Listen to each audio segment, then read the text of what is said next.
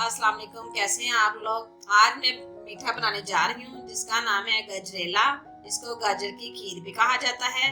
गजरेला बहुत ही मजे का होता है। बच्चे बड़े सब बहुत शौक से खाते हैं।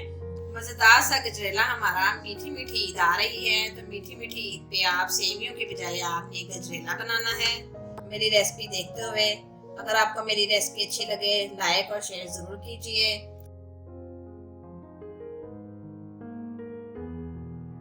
सब्सक्राइब करें रेसिपीज़ बाय रुबीना चैनल को और बेल के आइकन को लाजमी प्रेस कीजिए ताकि हमारी हर नई आने वाली मज़े मज़े की रेसिपीज़ आप तक पहुंच सकें।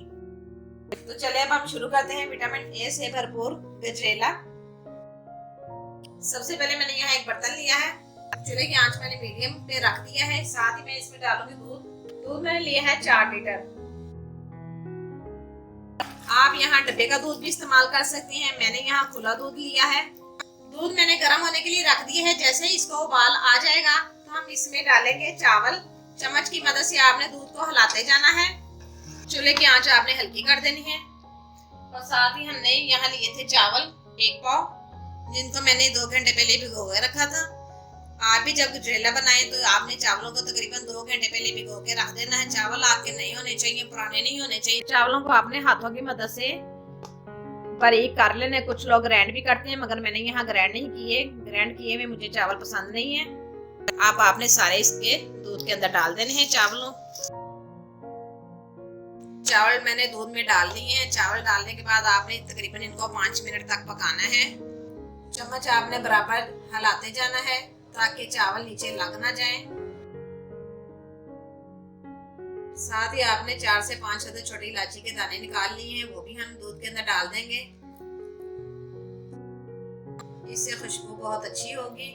लीजिए 5 मिनट हमारे हो चुके हैं। ये देखिए चावल हमारे गल चुके हैं। अब मैं इनमें डालूंगी गाजरें। गाजरों को मैंने कद्दूकस कर लिया था। ये देखें 1 किलो मेरी गाजरें हैं, 4 लीटर मेरा दूध है और 1 पाव मैंने चावल लिए हैं। आज हम बनाने जा रहे हैं गजरेला। ये गाजरें सारी इसके अंदर डालेंगे। ये देखिए रंग अभी से ही कितना खूबसूरत कलर आया है, मगर अभी हम इसको मजीद पकाएंगे।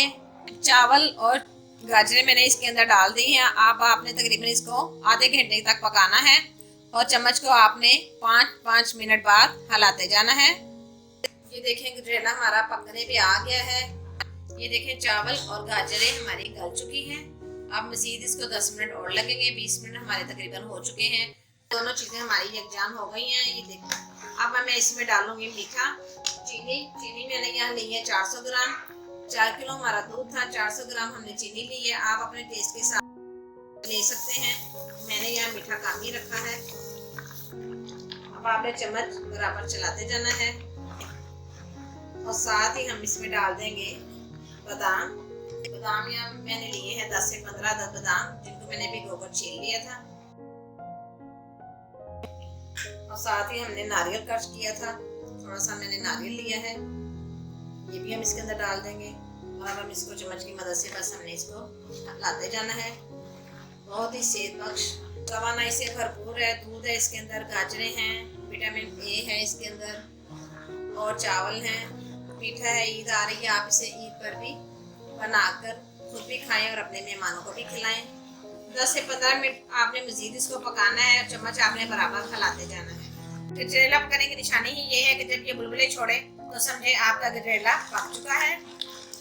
और अब हम इसको एक बाउल में निकालते हैं। ये देखें बिल्कुल हमारा गजरेला तैयार हो गया है।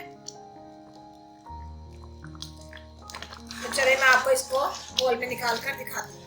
मजेदार सा गजरेला हमारा। मीठी मीठी ईद आ रही है तो मीठी मीठी ईद पे आप सेवियों के बजाय आपने गजरेला बनाना है।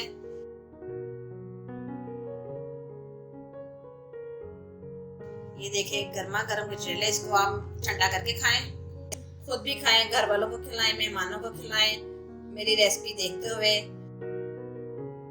उम्मीद करती हूँ आपको मेरी रेसिपी अच्छी लगी होगी। अच्छी लगी तो लाइक और शेयर जरूर कीजिए। मिलेंगे एक नई रेसिपी के साथ। खुदा हाफिज।